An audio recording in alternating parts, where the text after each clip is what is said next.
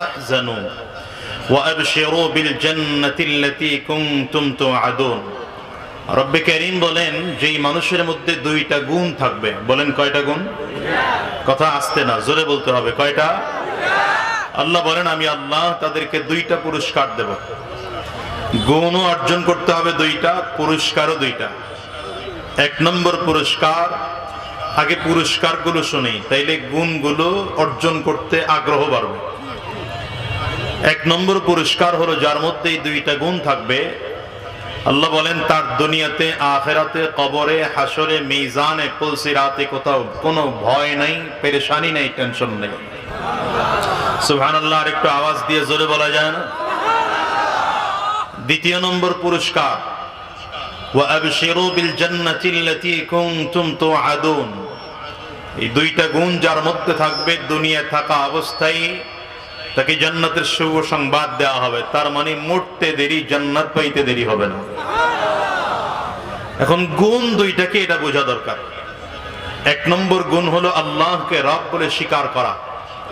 বলেন এক নম্বর গুণ কি? আল্লাহকে রব বলে স্বীকার করা। আমাদের রব কে?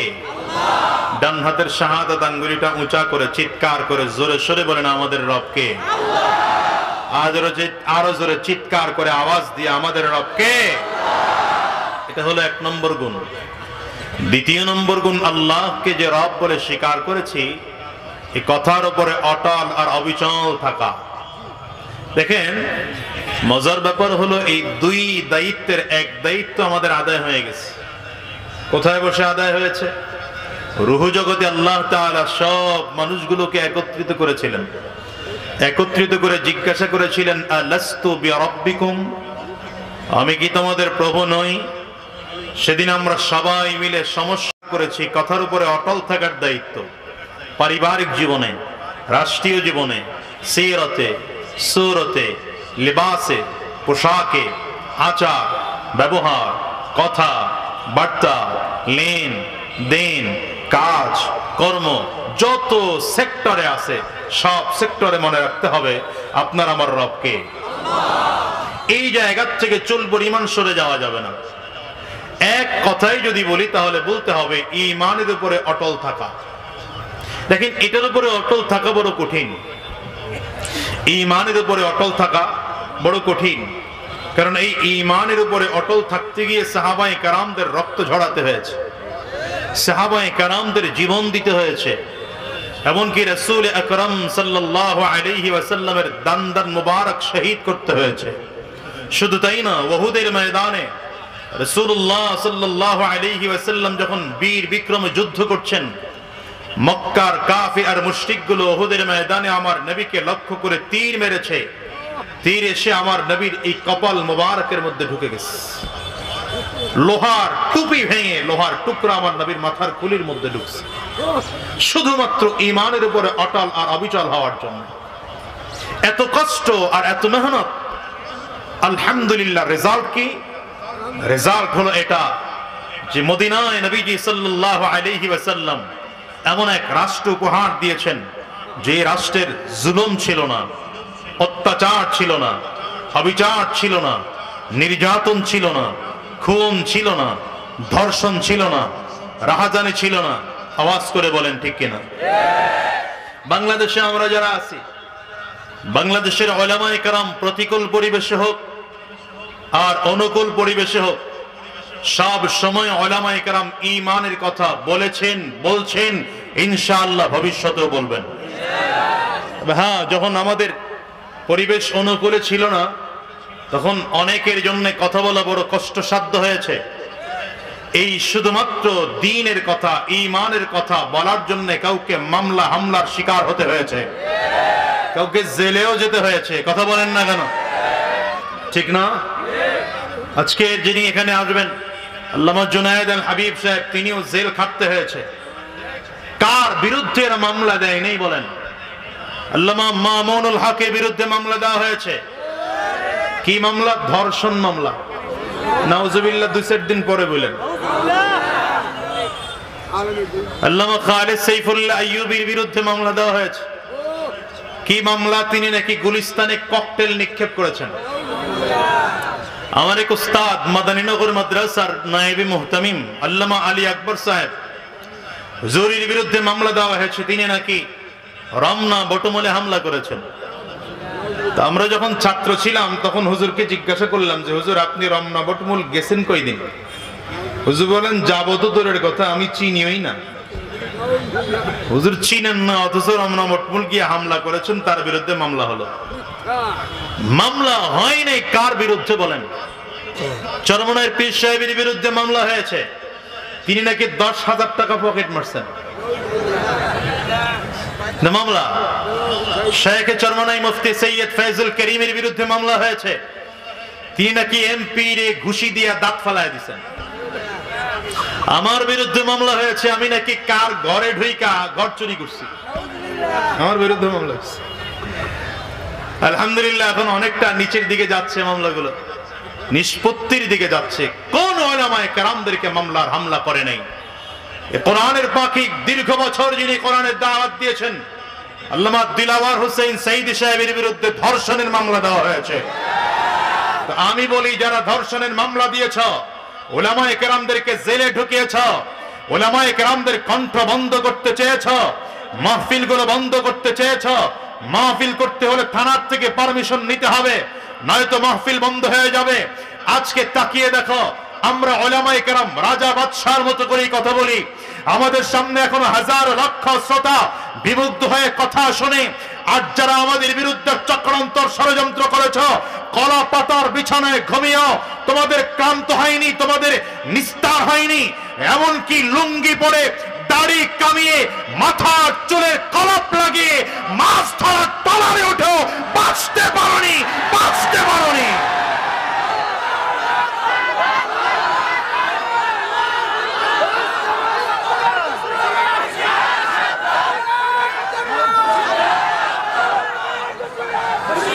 শোনো মুসলমান, ফেরাউনের কথা আপনাদের সবার জানা আছে। ফেরাউন যখন মিশরে নিজেকে দাবি করেছিল আনা রাব্বুকুমুল আ'লা, তো মুসা আলাইহিস সালাতু ওয়াস সালামকে সহ্য হয় না, নিয়ে গেলেন নদীর পাড়ে। কিন্তু ফলাফল এই হলো যে নদীর মধ্যে চুবায়া মারা গেল। কথা বলেন না কেন? ঠিক তেমনি ভাবে 16টা বছর উলামায়ে কেরামদের প্রতি নির্যাতন করেছ, উলামায়ে কেরামদের প্রতি নিপীড়ন করেছ। আমরা আলহামদুলিল্লাহ সুম্মা আলহামদুলিল্লাহ যখন দেখেছি নির্যাতনের মাত্রা এমন বেড়েছে, লাগে নাই কোন রাজনৈতিক দল, ছাত্র জনতা, 18 বছরের সন্তান, 20 বছরের সন্তান, 25 বছরের সন্তান, মাত্র 15 বছরের সন্তানগুলো রাজপথে এমন ভাবে নেমেছে আর এমন প্রতিবাদ করেছে, 5 আগস্টে দুপুরের খানা রান্না করা থাকলেও না খেয়ে মামার দেশে পালাতে হয়েছে। এখান থেকে শিক্ষা গ্রহণ করো, এখান থেকে শিক্ষা গ্রহণ করো মুসলমান। নতুন করে যারাই ক্ষমতায় আসবেন, এই তত্ত্বাবধায়ক সরকার অথবা অন্তর্বর্তীকালীন সরকারের ক্ষমতার থেকে যাওয়ার পরে যারাই ক্ষমতায় আসবেন, সাবধান করে বলি উলামায়ে কেরামদের সাথে পরামর্শ করে দেশ চালাবেন। সাবধান করে বলি কোরআনের পক্ষে দেশ চালাবেন। কোরআনের বিরুদ্ধে যদি আপনারাও চলে যান, উলামায়ে কেরামদের বিরুদ্ধে যদি আপনাদের অবস্থান হয়, ইসলামের বিরুদ্ধে যদি আপনাদের অবস্থান হয়, আপনাদের পরিণতিও ওই 5 আগস্ট হতে সময় লাগবে না। আওয়াজ ঠিক কিনা? আওয়াজ করে চিল্লায় বলেন। রব্বে কারীম বলেন ইন্নাল্লাযীনা ক্বালু রাব্বুনাল্লাহ, ইন্নাল্লাযীনা ক্বালু রাব্বুনাল্লাহ সুম্মা ইসতাকামু তাতানাজ্জালু আলাইহিমুল মালায়েকা ألا تخافوا ولا تحزنوا وأبشروا بالجنة التي كنتم توعدون।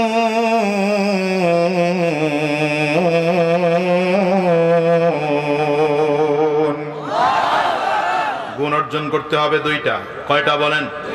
আওয়াজ করে চিল্লায় বলেন কয়টা? 1 নম্বর আল্লাহর উপরে ঈমান আনতে হবে, আল্লাহকে রব বলে স্বীকার করতে হবে। দ্বিতীয় নম্বর আল্লাহকে যে রব বলে স্বীকার করেছে এই কথার উপরে অটল আর অবিচল থাকতে হবে। এই দুটো জিনিসের উপরে যদি অটল আর অবিচল থাকতে পারি, দুটো গুণ যদি অর্জন করতে পারি, দুনিয়ার কোনো কাফির মুসলমানদের সামনে জায়গা পাবে না, দুনিয়ার কোনো কাফির মুসলমানদের সামনে কথা বলার সাহস পাবে না। মুসলমানদের সংখ্যা কম হতে পারে, কিন্তু বিজয় আল্লাহ মুসলমানদেরকেই দিয়ে দিবে। বদরে মুসলমানদের সংখ্যা মাত্র 313 জন। বলেন কতজন?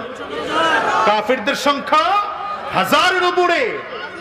শুধু তাই না, কাফিররা যেখানে গিয়ে আগে অবস্থান নিয়েছে, ওরা আগে অবস্থান নিয়েছে, ওটা হলো যুদ্ধের জন্য উপযোগী জায়গা, শক্ত মাটি। মুসলমানরা একটু যেতে দেরি হয়েছে, এ কারণে জায়গা গিয়া পায় নাই।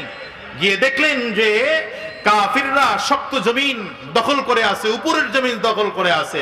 মুসলমানেরা জায়গা পেয়েছে নিচু জমিন, আবার প্রচন্ড বালুময় জমিন। রোদের তাপের কারণে বালুগুলো শুকনো হয়ে আছে, পা দিলেই পা ডেবে যায়, সামনের দিকে আগানো যায় না। রাসূলুল্লাহ সাল্লাল্লাহু আলাইহি ওয়াসাল্লাম তাকিয়ে দেখলেন মুসলমানদের সংখ্যা মাত্র 313 জন, কাফিরদের সংখ্যা 1000-এর উপরে। সাহাবায়ে কেরামদেরকে ডেকে বললেন, তোমাদের কাছে তরবারি কয়টা আছে? বলে মাত্র 8টা তরবারি। ঘোড়া কয়টা আছে?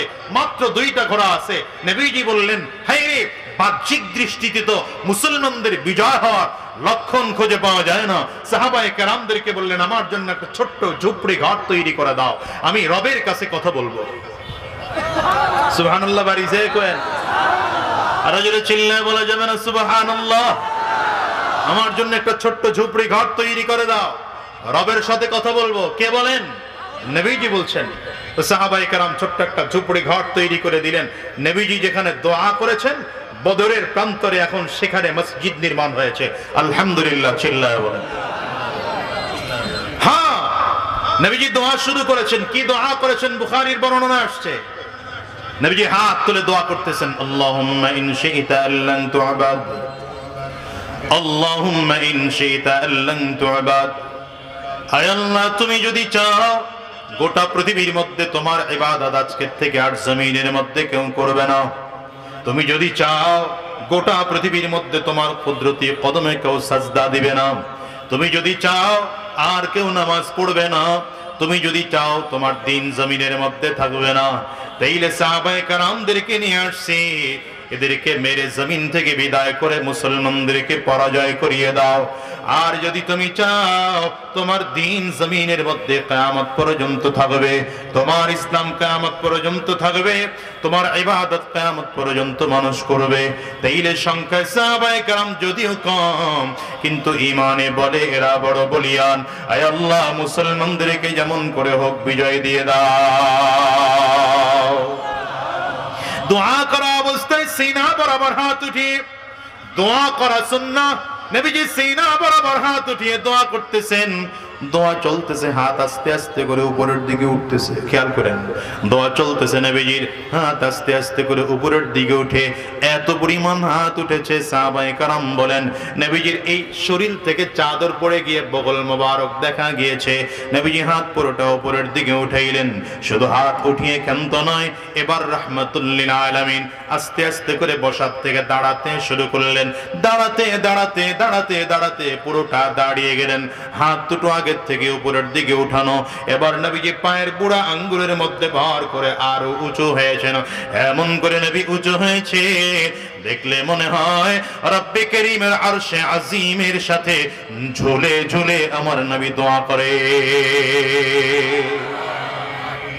নবীজির কান্নার আওয়াজ পুরো বদরের ময়দানে ছড়িয়ে যায়।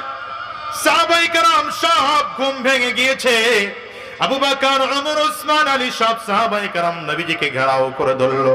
সাহাবায়ে কেরাম ডাকি ডেকে বললেন, পয়গম্বর, আমরা মুসা নবীর উম্মত নয়, আমরা মুহাম্মদুর রাসূলুল্লাহর উম্মত। আমরা আপনার ডানে থেকে যুদ্ধ করব, আমরা আপনার বামে থেকে যুদ্ধ করব, আমরা আপনার সামনে থেকে যুদ্ধ করব, আমরা আপনার পেছনে থেকে যুদ্ধ করব।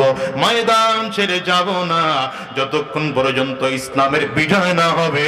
আমরা বদরের ময়দান ছাড়ব না। আবু বকর সিদ্দিক রাদিয়াল্লাহু আনহু নবীর জড়া ধরে চিৎকার করে কাঁদতে আরম্ভ করেছে। আর ডেকে বলে, নবী আমার, হাসবুকা ইয়া রাসূলুল্লাহ, পয়গম্বর যথেষ্ট হয়েছে আপনার কান্না, আপনি আর কান্না করবেন না। আপনি যদি কান্না করেন আমি আবু বকর সহ্য করতে পারি না। হযরত ওমর বললেন, পয়গম্বর আপনার 312 জনের মধ্যে 313 জনের মধ্য থেকে যদি 312 জন সাহাবী চলেও যায়, আপনি একা সিপাহ সালার থাকবেন আর আমি আপনার সৈন্য হয়ে থাকব। আপনি আদেশ করবেন, আমি একা একা যুদ্ধ করব, হাজারো বেঈমানদের সাথে যুদ্ধ করব, ময়দান ছাড়ব না। এত সান্ত্বনা দেন সাহাবায়ে কেরাম। এরপরে আল্লাহর নবীর কান্না বন্ধ হয় না। নবীজি এখনো কাঁদতেছেন। কান্না করার কারণ হলো রব্বে করিমের পক্ষ থেকে আমার নবী কোনো ফয়সালা চান। হঠাৎ করে আল্লাহ তাআলা জিবরিল আমিনকে জানায় দেয়, জিবরাইল আমার বন্ধুরে জানায় দাও, কাফিররা 1000 আছে, আগামীকাল আমি আল্লাহ তাআলা বদরের প্রান্তরে 1000 ফেরেশতা সৈন্যবাহিনী বানাইয়া পাঠাবো। কয় হাজার? 1000 ফেরেশতা। নবীজির কান্নার আওয়াজ আরো বেড়েছে। ডেকে বলেন, আল্লাহ, ফেরেশতা তোমার কাছে কম নি, দিবাই যেহেতু বাড়ায় দাও না। সুবহানাল্লাহ কয় না রে, দিবাই যেহেতু বাড়ায় দাও। ফেরেশতা ডেকে বলেন, পয়গম্বর আল্লাহ তাআলা বাড়িয়ে দিয়েছেন 3000। কয় হাজার? নবীজির কান্না এখনো বন্ধ হয় না। নবীজি আরো জোরে জোরে কান্না করেন আর ডেকে বলেন, মালিক দিবাই যেহেতু আরো কি বাড়া দেওয়া যায় না? আল্লাহ তাআলা ফেরেশতাকে জানিয়ে দেন। পয়গম্বরের কাছে জিবরিল আমিন ডেকে বলে, বিখামসাতি আলাফিম মিনাল মালাইকাতি মুসাউবিমিন। পয়গম্বর 1000 দিয়েছিলাম, 3000 করলাম, এখন আমি আল্লাহ তাআলা আপনাকে আগামীকাল 5000 ফেরেশতা বদরের ময়দানে সৈন্যবাহিনী বানাইয়া পাঠাবো। আর জোরে বলা যায় না সুবহানাল্লাহ?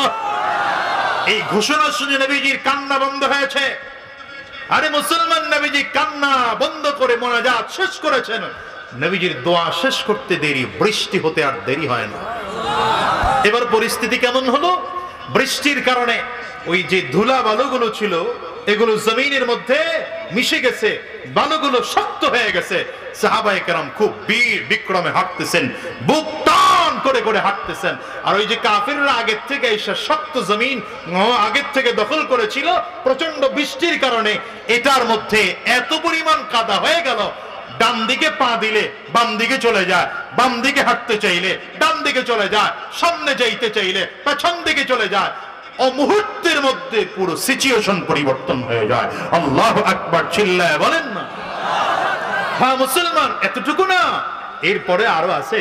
আরে ফজরের নামাজের পরে রাহমাতুল লিল আলামিন সেদিন সাহাবায়ে কেরামদের মাঝে বক্তব্য দেওয়ার জন্য একটু উঁচু জায়গায় দাঁড়িয়েছেন। হাদিসের মধ্যে আসছে কাদরাইন, নবীজি এমন ভাবে বক্তব্য দিচ্ছেন মনে হয় যেন পোশাকের মধ্যে নবীজি টকবক করে ফুটতেছেন। নবীজির কপালের রগ খাড়া হয়ে গিয়েছে, ঘাড়ের রগ দুটো খাড়া হয়ে গিয়েছে। রাসূলুল্লাহ সাল্লাল্লাহু আলাইহি ওয়াসাল্লাম রাগের কারণে থরথর করে কাঁপতেছেন। এই যে বলে না হুজুররা জোরে আওয়াজ দিয়ে কথা বলে কেন? আরে নবীজি সাল্লাল্লাহু আলাইহি ওয়াসাল্লাম যুদ্ধের ময়দানে যখন ভাষণ দিতেন, নবীজির কণ্ঠ এত উঁচু হয়ে যেত, বহু দূরে সাহাবায়ে কেরাম দাঁড়িয়ে থাকলে সেখান থেকে নবীর কথাগুলো শুনতেন। নবীজি কথা বলতেছেন, আওয়াজ দিয়ে বলছেন সাহাবায়ে কেরামদেরকে যুদ্ধ করতে হবে। সাহাবায়ে কেরাম বলেন, ইয়া রাসূলুল্লাহ, তরবারি মাত্র 8টা, হাজারো কাফিরদের বিরুদ্ধে যুদ্ধ করবে কেমনে? নবী বললেন, তরবারি 8টা আছে, হলো কি তাতে অসুবিধা নেই, খেজুর গাছ থেকে ডালগুলো কেটে কেটে তোমরা হাতে নাও। না, আপনারা সুবহানাল্লাহ আল্লাহু আকবার জোরে কইতে পারেন না, চিল্লায় বলেন না আল্লাহু আকবার। খেজুর গাছের এটারে কি বলে? ডেগগা কয়নি আপনাদের দেশে? কি বলে? ডেগগা বা ডালা। এটা হাতের মধ্যে নাও। সাহাবায়ে কেরাম তরবারির পরিবর্তে এক একটা খেজুর গাছের ডেগগা বা ডালাগুলো হাতের মধ্যে নিয়েছেন। ডালগুলো হাতে নিয়ে সাহাবায়ে কেরাম বলেন, শুধু কাফিরদের দিকে তাক করি, তাক করতে দেরি হয়, এক একটা কল্লা ছুটে গিয়ে 30 হাত 40 হাত দূরে পড়তে দেরি হয় না। যুদ্ধ শুরু হবে। আল্লাহ তাআলা ডাক দিলেন, হাবিব আপনি একটু বালু নেন, বালু নিয়ে কাফিরদের দিকে মারেন। নবীজি বালু হাতের মধ্যে নিয়েছেন, কাফিরদের দিকে বিসমিল্লাহির রহমানির রহিম বলে মারলেন। মারতে দেরি কাফিরদের চোখগুলো প্রত্যেকটার চোখের মধ্যে পড়ে গিয়েছে। চোখ মুছতেছে, চোখ মুছে তাকিয়ে দেখে আরে আগে দেখলাম আবু বকর একজন, এখন আবু বকর সেম আবু বকর তিনজন চারজন মনে হয়। আগে দেখলাম ওমর একজন, এখন যে দুইজন তিনজন মনে হয়। এখানে একজন দাঁড়ানো, তাকেও আবু বকরের মতো মনে হয়। ওখানে আরেকজন দাঁড়ানো, তাকেও আবু বকরের মতো মনে হয়। ওখানে আরেকজন দাঁড়ানো, তাকেও আবু বকরের মতো মনে হয়। এখানে একজন দাঁড়ানো, তাকে ওমরের মতো মনে হয়। ওখানে আরেকজন দাঁড়ানো, তাকেও ওমরের মতো মনে হয়। ওখানে আরেকজন দাঁড়ানো, তাকেও ওমরের মতো মনে হয়। আরে আসল আবু বকর কে, আসল ওমর কে, আসল আবু বকর কে, আসল ওমর কে, এটা চিন্তা করতে করতে যুদ্ধ শেষ। জোরে কয় না, জোরে কয় না। যেখানে হাজারো মুসলমানদের অস্তিত্ব বিলীন হয়ে যাওয়ার কথা, সেখানে মাত্র 7 জন সাহাবী শহীদ। এই এদিকে তাকান, এদিকে তাকান। গার ঘোরানো যাবে না, হুজুর আসবেন স্টেজে, ওখানে বলে বয়ান করবো, চুপচাপ এদিকে ঘুরে থাকেন, চুপচাপ বয়ে থাকেন। 7 জন সাহাবী শহীদ হয়েছেন মাত্র। আল্লাহ তাআলা ডাক দিলেন, হাবিব খেলাটা কেমন হলো? সুবহানাল্লাহ কয় না রে, খেলাটা কেমন হলো? এখন আম করে ডাকে না, কিছুদিন আগেও তো ডাকছে, আসো খেলা হবে। কি হবে? তা খেলা দেখতে চাও, বদরের ইতিহাস পড়ে নাও। মুসলমানদের খেলা জানতে চাও, উহুদের ইতিহাস পড়ে নাও। মুসলমানদের খেলা দেখতে চাও, খন্দকের ইতিহাস পড়ে নাও। মুসলমানদের খেলা দেখতে চাও, খায়বারের ইতিহাস পড়ে নাও। মুসলমানরা এমন খেলা খেলেছে, বদরের প্রান্তর থেকে কাফিরগুলো লাশ গুটিয়ে পালিয়েছে। হাত উঁচা করে চিল্লায় জোরে বলো ঠিক কিনা। আমার ভাইরা, মুসলমান বন্ধুরা, দেন হুজুরকে বসতে দেন। আলহামদুলিল্লাহ, আজকের মাহফিলের প্রধান বক্তা আমাদের অত্যন্ত প্রিয় মানুষ আল্লামা জুনায়েদ আল হাবিব সাহেব, হুজুর দামাত বারাকাতুল আলিয়া। হুজুর স্টেজে চলে আসছে, এই 1 মিনিটে শেষ করে দিন। হুজুর স্টেজে চলে আসছেন। আমি সর্বশেষ একটা আল আছে, আলটা বাইর কইরা বয়ান শেষ করে দিচ্ছি। ভাইরা আমার, রাসূলুল্লাহ সাল্লাল্লাহু আলাইহি ওয়াসাল্লাম অত্যন্ত ফুরফুরা মেজাজ, মাত্র 7 জন সাহাবী শহীদ। ইসলামের বিজয় চলে আসছে, বদরের ময়দানে মুসলমানদের বিজয় চলে আসছে। আল্লাহ তাআলা ডাক দিলেন, হাবিব কেমন হইলো? রব্বে করিমের কাছে নবীজি ডেকে বলেন, আল্লাহ যেখানে আপনার ফেরেশতা ছিল 5000 ফেরেশতা, সেখানে আমার যুদ্ধে বিজয় হবে না তো হবে কি? আল্লাহ তাআলা ডেকে বলেন, পয়গম্বর 1000 ফেরেশতা, 2000 ফেরেশতা, 5000 ফেরেশতা, 3000 ফেরেশতা, এটা তো আপনাকে সান্ত্বনা দিয়েছি। মূলত বদরের প্রান্তরে আমি আল্লাহ তাআলা কুদরতি ভাবে বদরের ময়দানে হাজির হয়েছিলাম। এজন্য বলে যে মুসলমান, এখন যারা আমাদেরকে আমেরিকার ভয় দেখাও, ইন্ডিয়ার ভয় দেখাও, চায়নার ভয় দেখাও, রাশিয়ার ভয় দেখাও, মুসলমান চায়নাকে ভয় পায় না, রাশিয়া ভয় পায় না, আমেরিকা ভয় পায় না, ভারত ভয় পায় না। মুসলমানদের সাথে কেউ থাকবে না, আল্লাহ থাকবেন। রব্বে করিম থাকলে, রব্বে করিম থাকলে আমাদের বিজয় নিশ্চিত ইনশাআল্লাহ। এজন্য সর্বশেষ কথা, আগামীর বাংলাদেশ কোরআনের বাংলাদেশ, আগামীর বাংলাদেশ ইসলামের বাংলাদেশ, আগামীর বাংলাদেশ নাস্তিক মুক্ত বাংলাদেশ, আগামীর বাংলাদেশ ইসলাম বিদ্বেষী মুক্ত বাংলাদেশ গড়ার জন্য যদি উলামায়ে কেরামদের সাথে আপনাদের থাকতে হয়, রক্ত দিতে হয়, রক্ত দেব, জীবনটাও যদি দিতে হয়, কারা কারা তৈয়ার আছো? দাঁড়িয়ে দেখাতে হবে মুসলমান, বসে নয়, দাঁড়িয়ে দেখাতে হবে ইনশাআল্লাহ। আল্লাহ কবুল করুন, আল্লাহ কবুল করুন, আল্লাহ আমাদের কবুল করুন। উলামায়ে কেরামদেরকে বসেন, উলামায়ে কেরামদেরকে এক ও নেক হয়ে কাজ করার তৌফিক দান করুন। যতটুকু কথা বলেছি, আল্লাহ আমাকে আমাদের সকলকে আমল করার তৌফিক দান করুন। ভুল ত্রুটি মাফ করে দিন। এখন ইনশাআল্লাহ আমাদের অত্যন্ত শ্রদ্ধাভাজন মানুষ, বিশিষ্ট আলেম দ্বীন আল্লামা জুনায়েদ আল হাবিব সাহেব হুজুর বয়ান করবেন। ওয়া মা তৌফিক ইল্লা বিল্লাহ। আসসালামু আলাইকুম ওয়া রাহমাতুল্লাহি ওয়া বারাকাতুহু।